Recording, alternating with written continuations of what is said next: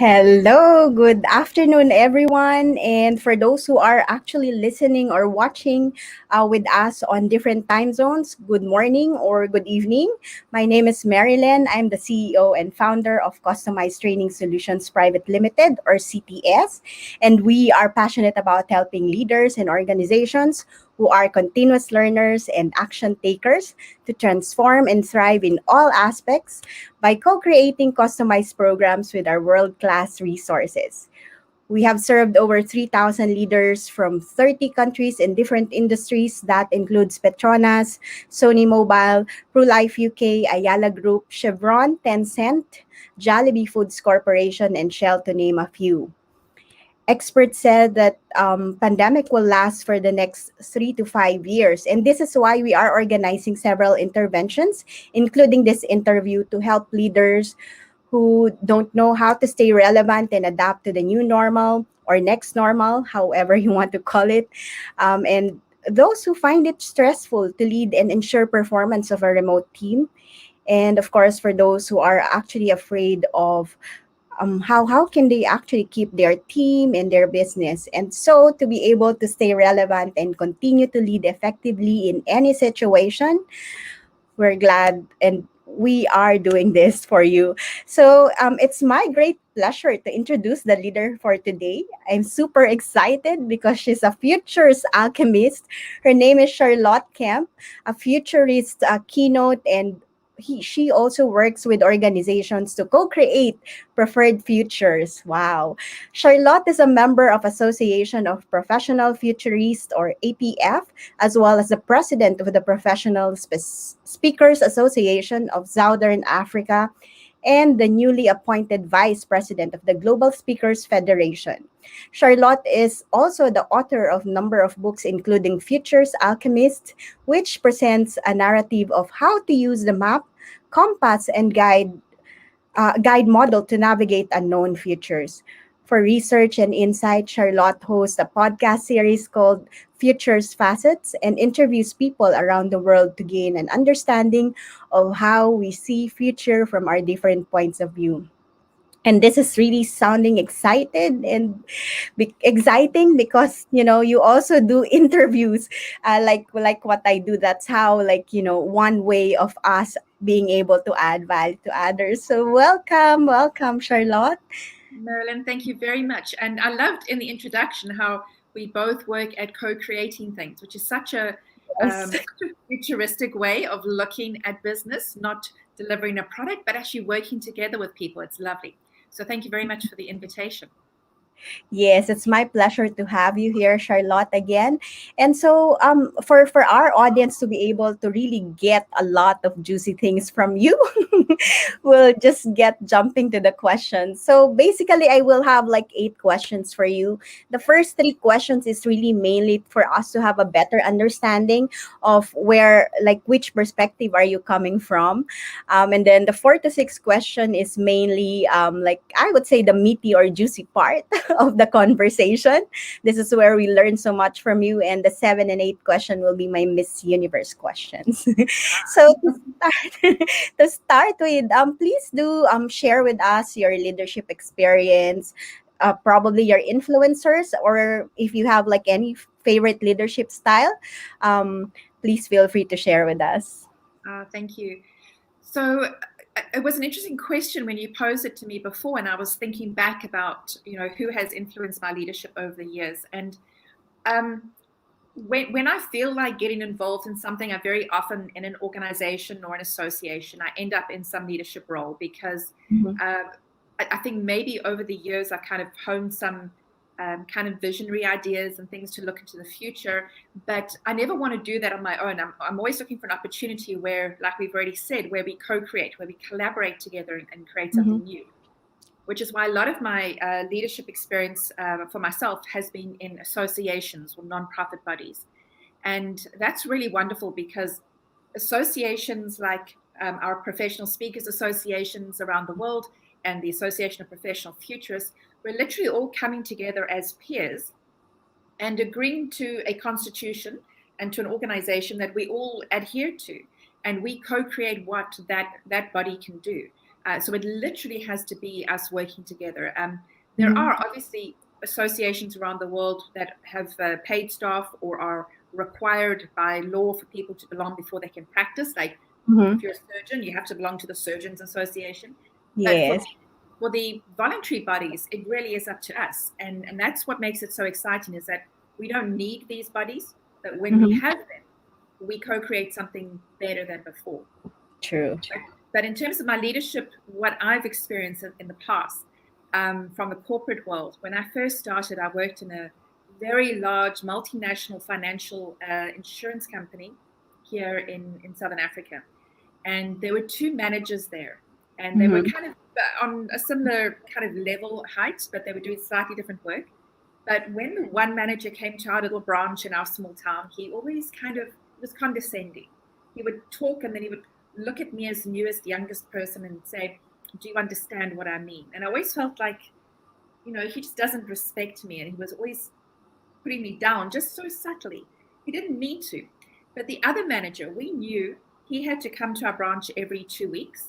We knew that when he came, he would speak to all of us. But secretly, all of us believed he came that time just for me because he treated us all so well. And that really helped us to explore what we wanted in our career path, how we wanted to express ourselves, what we were dealing with.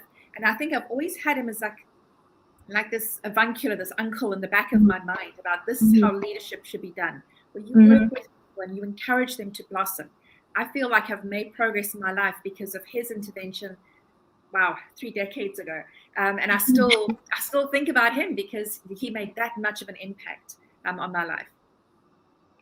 Thank you for sharing that experience. And I would say that, you've mentioned how you felt or how you made him feel, how he made you feel. Sorry. In terms of, how he treats you and how he gets to, speak with you. And true enough, like, um, as a leader, we need to be able to, like, hear people, like what you've said, acknowledge people and let them feel important. And with that, like what you've said as well, that you help them, or it help you to be more, to feel that, oh, I can do better than this, right? Or I can always do better, I can improve more because of the support that I'm getting, or because I'm being recognized as well. And also, the part that you've mentioned about the association that you've been part of. And I would say that, with current COVID-19, a lot of people have realized how collaboration is meaningful, not only, as an individual, as an entrepreneur like us, with those association, but also in working with others in our own organization, right? Yeah, so thank you for sharing that experience with us. And again, I can't stress enough, like, how important it is, that the things that we do to make the you said it's 3 decades ago, but you still Yeah. remember the feeling.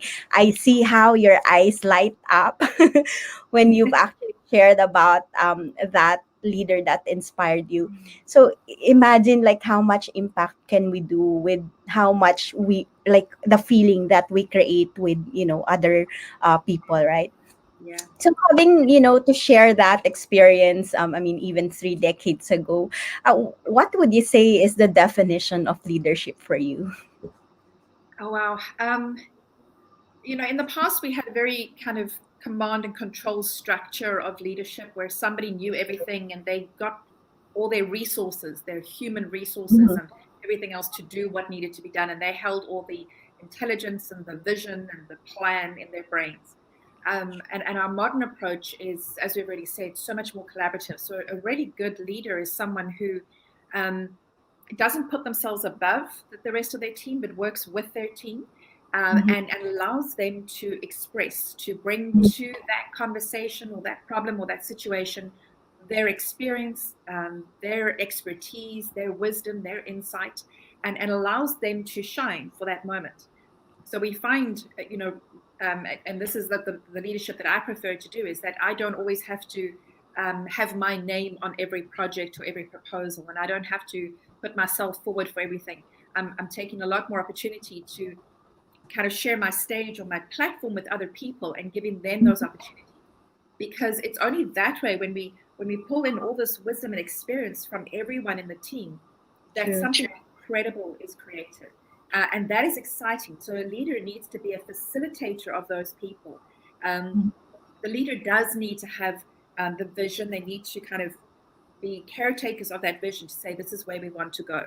But they have to work with the team to achieve that, not tell the team what to do so that they alone can achieve it, but we all have to get to wherever it is we're going, or whatever we've decided we want for the future. But it's very much, I think the leader really is very much a facilitator of bringing out the best in the team, and that makes it exciting. Wow, that's really beautiful. I would say, like, it's about, like what you've said, giving opportunity, facilitating the tools, the resources that they need. And of course, part of that, what we've said, is more on how you can actually help them collaborate with each other towards a common goal, or that vision that you've also shared earlier, right? And a lot of people have struggled, or leaders have I would say that struggled in the past few months, or even like 1.5 years now, in terms of how can they actually lead the people remotely, and will the previous way of thinking, leading, will still be applicable. And that brings me to my next questions. We've made mention about collaborations and giving them the resources, or tools for them to continue to shine, right?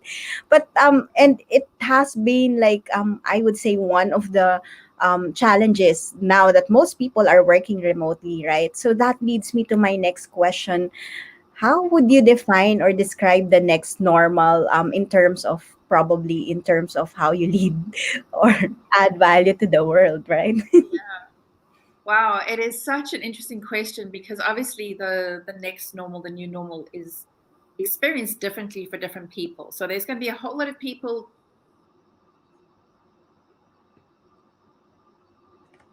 in the world. We have many people who have, finding a job, they have lost jobs, have the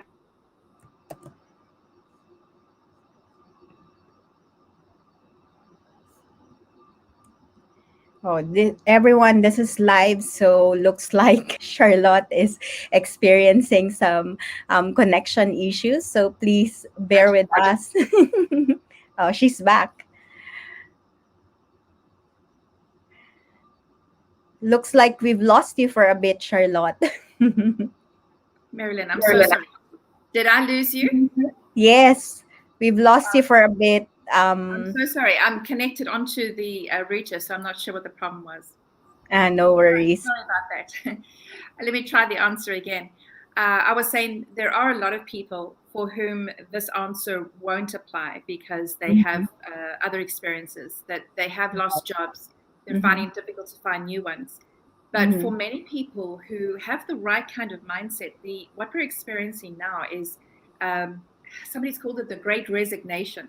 A lot of people are choosing to resign and no longer stay with their old companies for various reasons. Mm-hmm. So one of the reasons is, if the mom and dad are at home and the children are at home and they had to kind of homeschool the children and work out how to do this, for a lot of people, they said, this is tough, it's different, but we'd actually rather enjoy this with the family than go back to the 9 to 5 and the hamster wheel and everything else. So many people are opting out of that kind of treadmill life and trying to design something simpler. They're not going to earn as much. They're not going to have fancy overseas trips, but nobody has fancy overseas trips at the moment. But they're choosing a simpler life that they're defining for themselves. So many people I know moving out of the cities remotely into small holdings, or halfway into the bush. As long as they've got a good internet connection, they don't mind because they don't need to be in the cities anymore. So that's one of the things we're seeing happen. The other is people really choosing, if they have the right skill set, if they've kept their skills up to date, they're choosing where they could work. And for them, they're looking around the world and saying, this company would want me to get into a car early in the morning and drive there and sit in an office and do work for 8 hours and then go home in the traffic. But this company on the other side of the world will pay me the same, if not more, and give me other benefits, and I can stay at home. And for a lot of people, if they've got the right skill set, they're opting out of the local jobs. They're not waiting to be hired. They're actually choosing the employer. So they're in the market as opposed to the employers getting to choose the best people. And that's really a wonderful opportunity for us now to be able to create those teams with so much diversity from different parts of the world, that we're getting more insight and more experience and more creative solutions than we've had in the past. So for a lot of folks, that's a really great opportunity, that they're defining their new normal without any boundaries in terms of geography.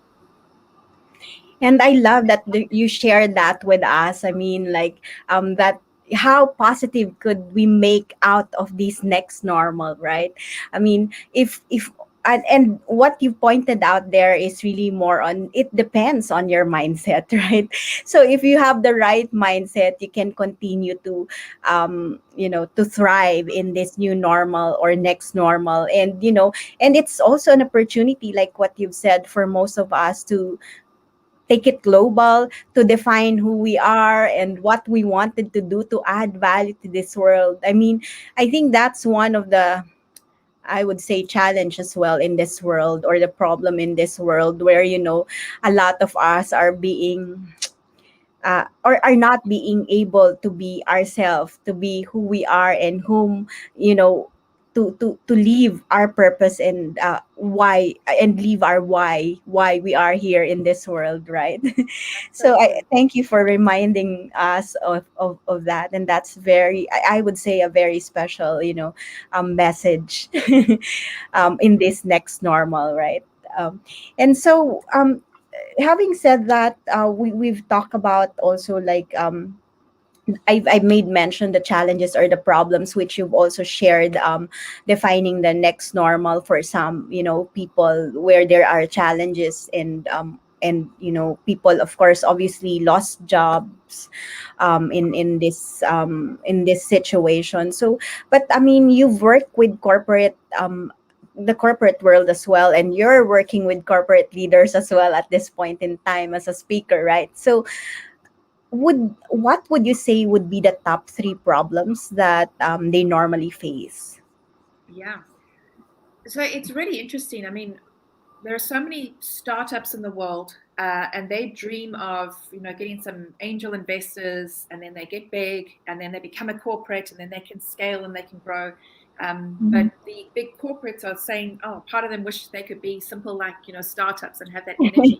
So I think what the biggest struggle maybe is that kind of dichotomy of the two, is that for an organization to really be effective and efficient, and enjoy economies of scale, they need to be larger, so that they can kind of, put some process and systems in place and make things more efficient, and then they get more of a profit.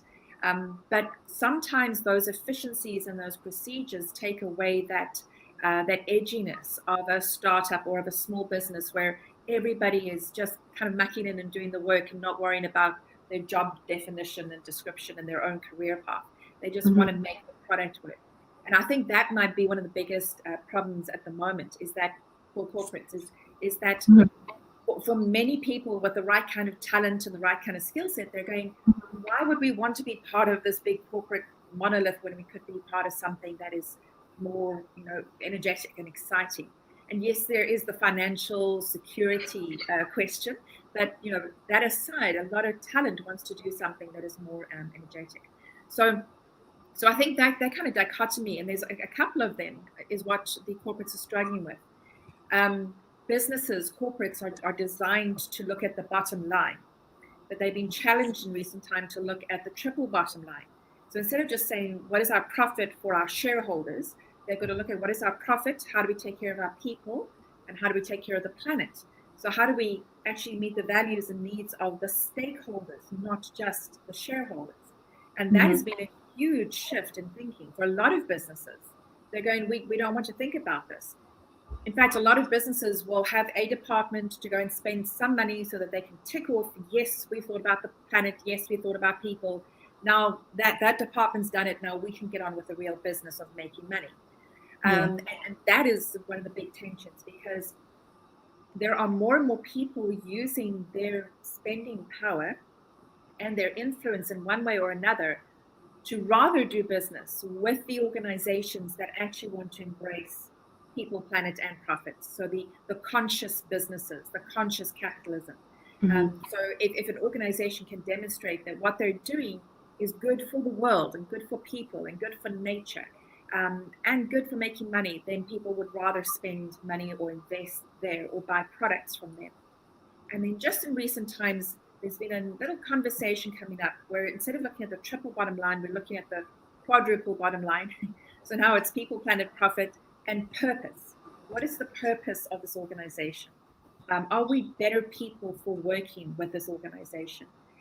Do we feel fulfilled? Not just we've done a job, we've got a salary, but do we feel like I've been part of making something, the world better, because I work for this company?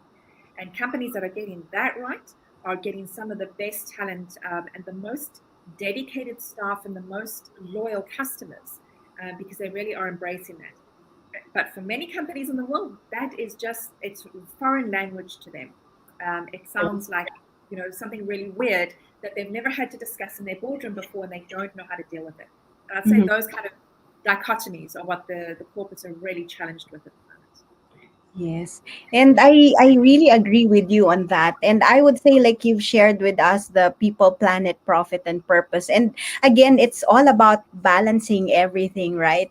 To be more conscious on how they do their business, not only affecting the people, the planet, but of course making, like, I mean, like what you said, it's always the first thing that comes in mind, the profit, or the performance of the organization. But again, it's not, even if you're working on the profit, you can always, it's a reminder that you can always balance that with the rest of the important, aspects of doing business, being more conscious about doing that right, and taking care of all the four piece that you've mentioned just now.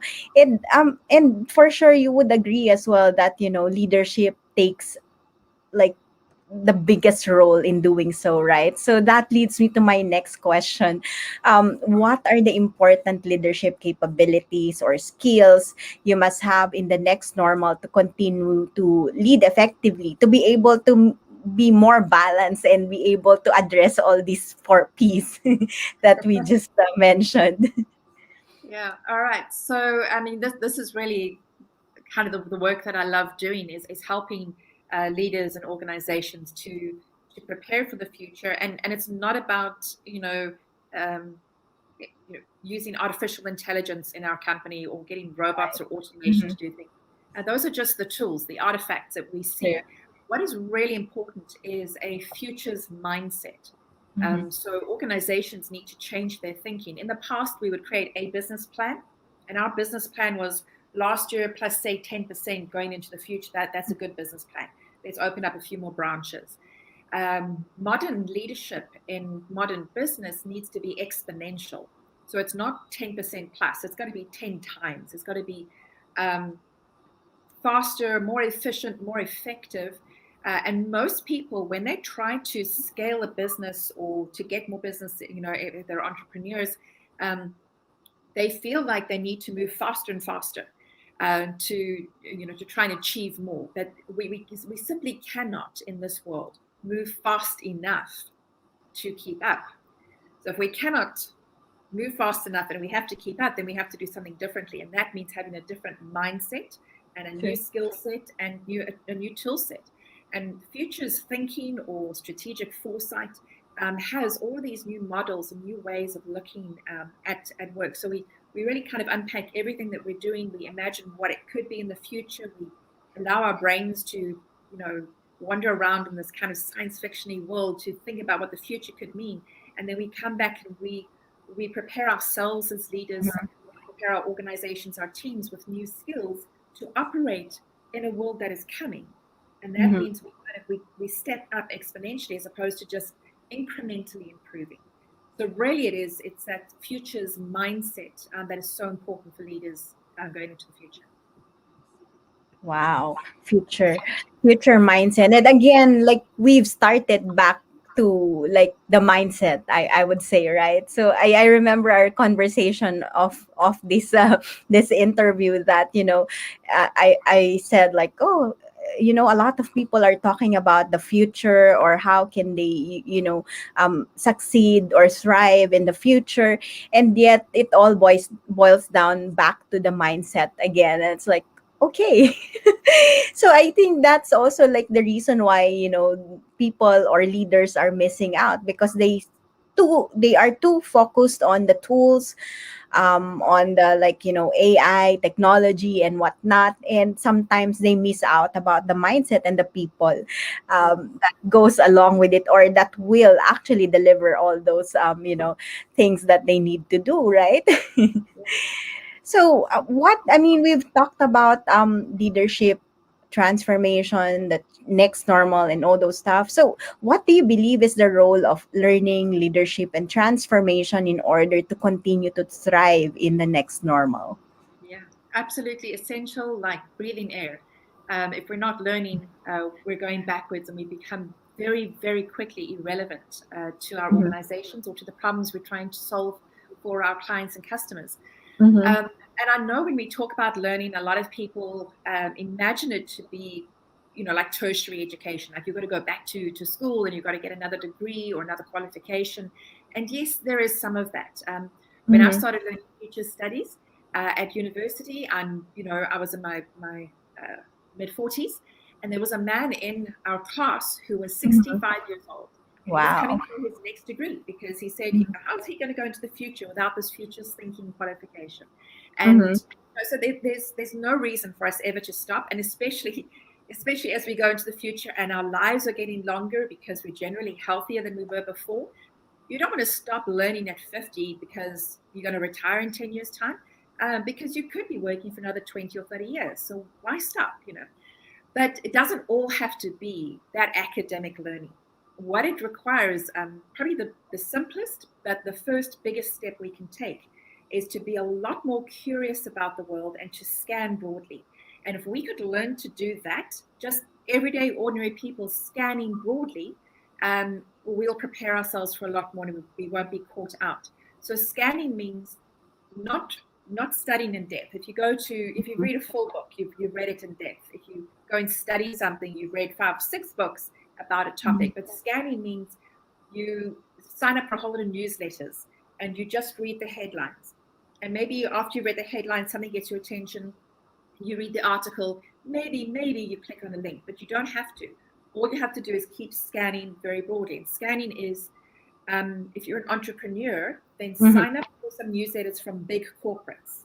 If you are a startup that's already earning a whole lot of profit, sign up for something from a non-profit, from a charity, and see how they're positioning themselves. So you want to do something opposite. If you're in one part of the world, so you're in Singapore, I'm in South Africa, we want to see what is happening in other parts of the world. Mhm. If you're on one side of the political aisle, read something on the other side of the political aisle. One religion, read your opposite religion. You want to keep expanding your brain to at least accept that there are other ideas other than your own. But you also want to see what is happening far and wide, because if you see a little signal here, and then a little signal somewhere else, and you put them together, you could have an innovative response to something that hasn't happened to your company yet, but you already started to think about it. So you can always be just that little bit ahead of the curve instead of Mhm. being caught on the waves and saying, oh, now this trend has happened, everybody's talking about it, and I only found out about it today. You want to be ahead by scanning broadly. And I think that is one way. But that education, that dedication to, we're not stopping learning ever. We have to keep applying our minds and gathering more information. That will help us a great deal. Yes, and I really love what you've shared about, being able to be a learner forever, constantly, and sharing the story of the, student at 65 still learning. And I guess that's also what some leaders are missing out as well, especially the traditional ones, right? Where they feel like, I've been doing this for decades and I know what's what I Yeah. have to do now, that kind of mind. And again, it boils down to the mindset again, right? that we have that we've talked about, you see. So it's all about the mindset, continuing to learn, to adapt, will be key to, being able to be relatable and relevant in this new normal or next normal, whatever they want to call it, right? So um I will move a bit, of course, on my next question, but it may be related to what we've been actually discussing as well all the way, all along. So, if you have a magic wand and can use it, what will you do with it? All right. I wondered. I mean, there's so many things that could be solved in the world in terms of problems. But I think if we Mhm. wanted to, as a futurist, what we're really concerned about is our future generations and our children being Mhm. prepared.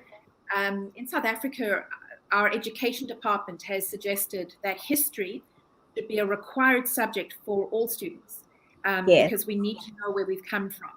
And I loved history. It was the most important subject that I studied, but I don't think it's helpful for us to always be looking backwards. So if I had a magic wand, I would have all the education departments in the world incorporate futures thinking. So history becomes kind of two-edged. We want to see where we've come from, what have we learned, and then we want to learn how to think about, anticipate, plan the future. And if we had that skill set, then we would have people coming out of school that much more capable and prepared and anticipating the future to create something for the future instead of Mhm. always being hung up about what happened to us in the past. I mean, obviously, there's a lot in our history we have to address, but we address it best by being prepared for the future, not by looking backwards. Yes, I love that. I mean, I really hope that you will have your magic wand. But I mean, at least with what you do now, with the message that you send in to the corporates and to whomever you work with, and even through this interview, at least as if you already have a magic wand to creating that future thinking, to be part of the corporates, of the people, or of the leaders that you deal with, especially. So I thank you for that. Without the without your magic wand, you can already do that. The power is in your hands already. So if you that leads me to my next question. If you were to ask yourself a question that you can best answer, what would it be? The question that I would want to answer, that I would want to talk to people about, is the fact that we actually do have agency or influence over the future.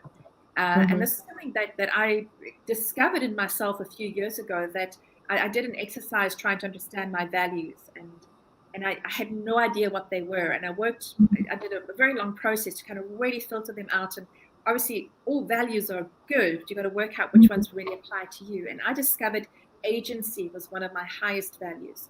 And agency means that somebody has the power to do things in their life without having to ask permission all the time. And when I realized that that was my value, I realized that that is how I teach, that is how I lead, that is how I raise my children. Obviously, when you're raising children, you give them boundaries and rules and things, but at a certain Mm-hmm. stage, you've got to give them the freedom to make their own decisions. Mm-hmm. Because if they don't have that freedom growing up in the safe place of a family, then they grow up, they leave the family, and then they make stupid mistakes because they haven't learned that responsibility over themselves. Mm-hmm. So agency is really important about the future. And what I want to see, what I want to answer when people say that we don't have any power, the future happens to us, other people are in control, is let's explore how much control you actually have, how much influence you actually have. Everything that has ever been created by people have been created by people. So it's not like something else is imposing this on us. We are creating this world. And if we don't Mm-hmm. like something, we can create something different. We can challenge what we're seeing. It doesn't always work. So a lot of the conversation is about this is the probable direction that we're going into the future. Here are some things that we can't shift.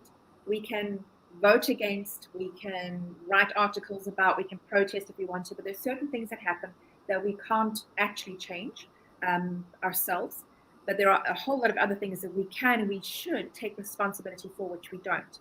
But Yes. this is going to come right back to your mindset, which is so important. Is if we got the right mindset, when we see a challenge, a big obstacle that we cannot actually, change ourselves, we can distinguish that from the things that we can do. So instead of saying, I'm a victim, everything is happening to me, you're saying, I can't sort that out, but I can sort that out and I'm going to address it.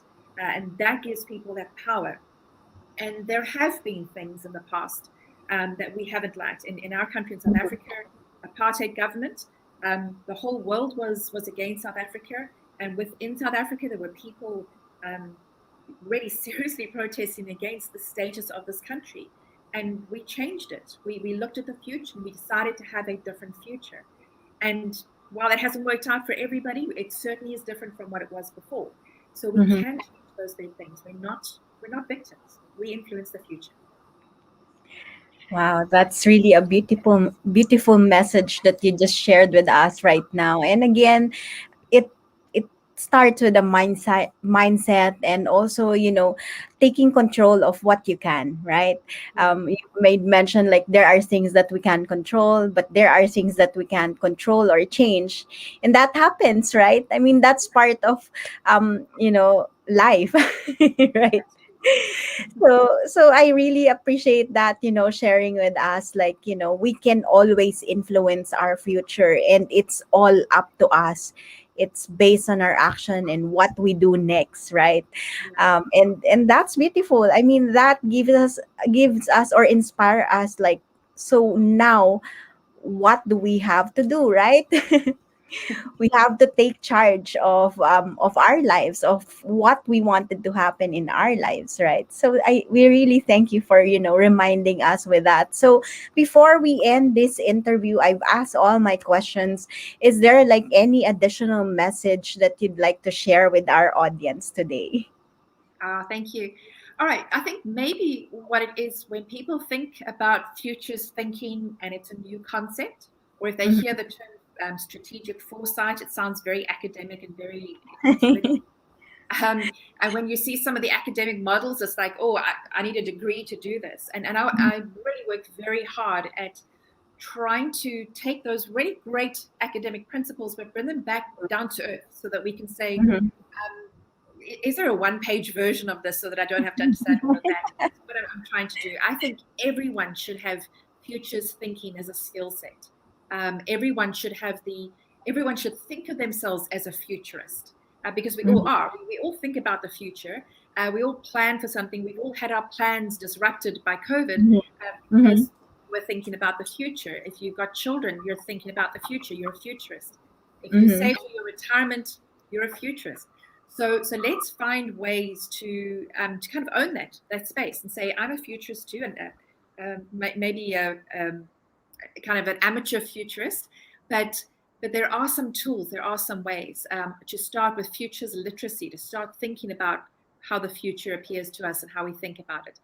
So I don't want anyone to feel intimidated by this and think that it's too big for them. Futures thinking is for everyone. Wow, thank you so much for that very insightful and futuristic share with us. I really love our conversation. I really enjoyed it as well. I hope you did too. And we really thank you for, sharing all these insights, that, everything is in our hands. It's all about the mindset. And again, like, everyone could be a futurist, like what you said, like, in our own ways, right? So we thank you for that reminder and for sharing that message to us. And of course, we thank you, those who've actually watched or is watching us right now.